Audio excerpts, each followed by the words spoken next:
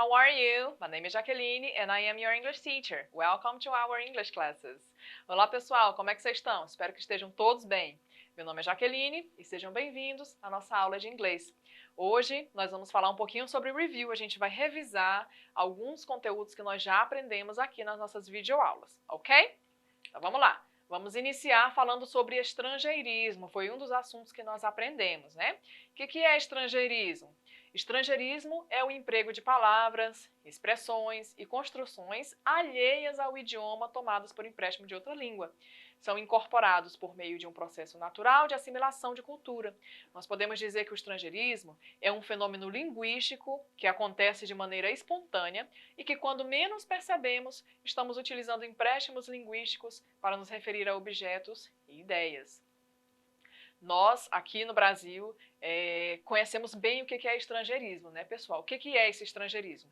É quando a gente pega um termo emprestado de outra língua e usa, adota, né, como fazendo parte aqui já do nosso cotidiano, do nosso dia a dia, da nossa língua. Um exemplo que vocês podem ter é o que está embaixo para vocês, ó. Shopping center, ou só shopping. É um estrangeirismo, porque é um termo que não faz parte da nossa língua, mas que nós adotamos como se fosse nossa. Abajur, fast food, todas são palavras que nós usamos que vieram de outros idiomas e que nós usamos normalmente no nosso cotidiano aqui no Brasil. Para ser estrangeirismo, pessoal, normalmente essa palavra não tem tradução.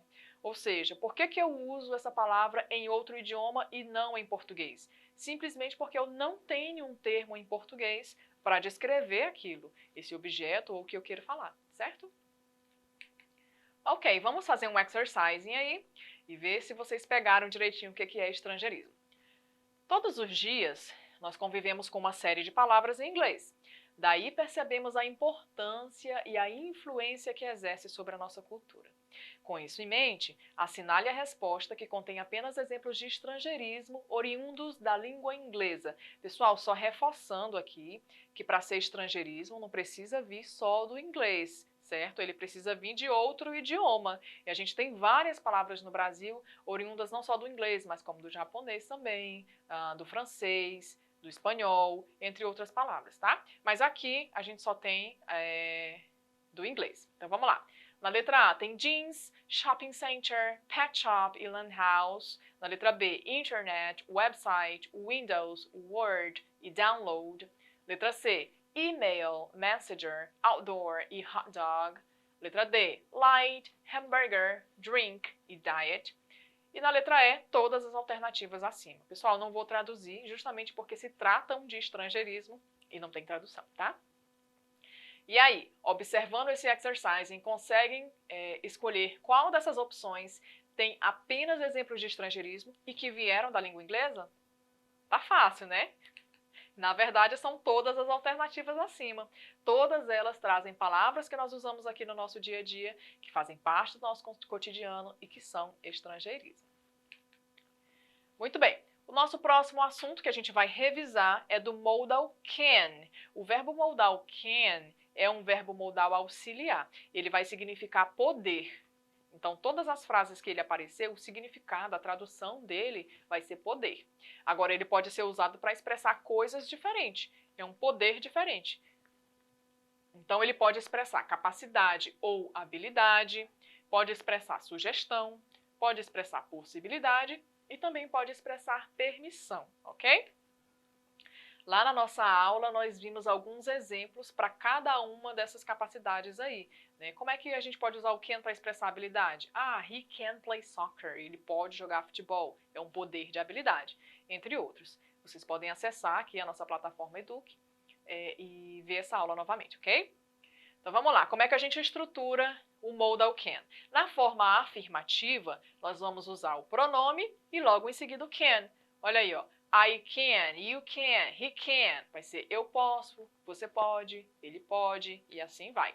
Na forma negativa, a gente tem que transformar o nosso modal em negativo. E como é que eu faço isso? Eu vou acrescentar um apóstrofe e a letra T. Esse apóstrofe e a letra T, na verdade, é o not que foi conjugado. O not foi conjugado, não, foi contraído, foi anexado ao can, certo? Então, esse apóstrofe T representa o not. Posso falar cannot ao invés de can't, teacher? Pode falar cannot também. O can't é mais comum, certo? Essa contração é mais comum, mas não tem problema vocês usarem o not. Então vai ficar I can't, you can't, he can't, e assim vai. Eu não posso, você não pode, ele não pode, e assim por diante. E para fazer perguntas, a gente precisa apenas trocar de lugar o modal com o pronome. Então, lá na afirmativa eu usava o pronome e o modal. Agora eu vou trocar essas duas palavrinhas de lugar. Eu vou usar primeiro o modal can e depois o pronome. Can I? Can you? Can he? Eu posso, você pode, ele pode. Tá? E não se esqueçam que após isso aí vocês podem usar o complemento que vocês quiserem. Essa aí é a base para vocês construírem frases. Certinho, pessoal? Vamos fazer um exercise, então, e ver se vocês estão prestando atenção. Considerando que nós aprendemos há pouco sobre o verbo modal can, indique qual das frases abaixo não está gramaticalmente correta. Então, vamos observar as frases e identificar onde é que está o erro. Na letra A, I can speak 2 languages. Eu posso falar 2 idiomas. Tá certa a construção dessa frase gramaticalmente está correta? Avaliem aí. Letra B. Yes, they can drive. Sim, eles podem dirigir. Tá correto? Vamos ver juntos. Letra C. Jessica can't play the guitar. A Jéssica não pode tocar guitarra. E por último, he can play games. Ele pode jogar jogos? E aí, pessoal, conseguiram identificar o erro das frases? É uma frase? É mais de uma frase que está errado? Conseguiram encontrar? Acredito que sim, né? Então vamos lá ver a resposta juntos. Se você diz que é a letra D, acertou. Qual é o erro dessa frase, hein, pessoal? He can play games. Tá fácil, né? Bom, essa frase é uma pergunta e nós vimos agorinha que quando a gente estrutura uma pergunta em inglês, pelo menos com o verbo modal, a gente tem que trocar o verbo modal e o pronome de lugar. Então, a gente vai sempre começar as perguntas com o nosso verbo modal auxiliar. No caso, a gente está falando de can, então é ele que vem na frente. O correto seria o can vir na frente aí, então. Can he play games? Ele pode jogar jogos? Aí estaria correto, ok? E por último, pessoal, vamos falar de physical appearance, aparência física. Nós aprendemos várias palavrinhas de vocabulário para descrever a aparência física das pessoas. E a gente vai relembrar aí, tá? Vamos começar falando sobre build. Build é a construção corporal, né? Estrutura corporal. Então, primeiro a gente tem tall, que é alto. Depois, medium height, estatura mediana. Short, baixinho. Fat, gordo. Well-built, bem proporcional, bem distribuído, né? Slim é magra, mas é aquele magro com curvas, né? Vamos dizer assim, bem definido. E por último, thin ou skinny é magro, magrinho mesmo, como está na imagem aí para vocês verem. Também aprendemos a falar sobre cabelo, hair, cabelo em inglês, hair. Vamos ver aí alguns adjetivos para isso então. Tem long ou straight, longo ou liso, wavy, encaracolado, não, ondulado, wavy são ondas, então ondulados. Medium length é na altura dos ombros, short, baixo, curly, agora sim, curly encaracolado, quando o cabelo tem cachinhos. Spiky é aquele cabelo que a gente chama de arrepiado, né? Aquele cabelinho que fica pra cima, como tá na imagem aí. E bald é cabelo nenhum, careca, ok? Sem cabelo. E por último, vamos falar de olhos. 3 cores de olhos. Blue, azul, brown, castanho e green, verde, ok? Fácil, né? Então, agora que vocês já relembraram o vocabulário de physical appearance, nós vamos fazer aí um exercise. Odd one out. Qual das palavras abaixo não pertence ao grupo? Então, nós temos aí um grupo de palavras, mas uma dessas palavras está se escondendo, ela não faz parte desse grupo. Vamos tentar identificar que palavra é essa, ok? Então, vamos lá. A primeira tem chubby, a segunda, overweight. Eu não vou traduzir, porque se eu traduzir vai ficar fácil para vocês encontrarem a resposta, né? A segunda é overage. Terceira, thin. Quarta, curly. E por último, slim.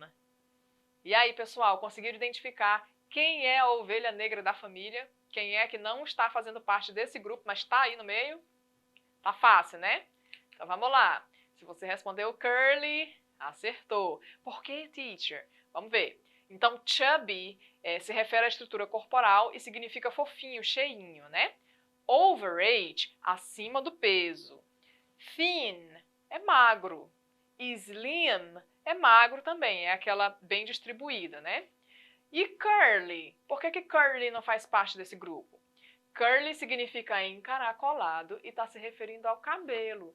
Não faz parte de estrutura corporal como todas as outras palavras se referem.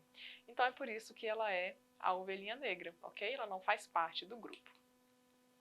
E é isso aí, pessoal. Espero que vocês tenham gostado da nossa revisão. Não esqueçam de acessar a plataforma Eduque. Na plataforma Eduque vocês vão encontrar material de apoio. Vocês podem rever essa aula quantas vezes vocês acharem necessário. E, claro, ter acesso a outros conteúdos não só da disciplina de língua inglesa, como de outras matérias também. Ok? Foi um prazer. See you next class!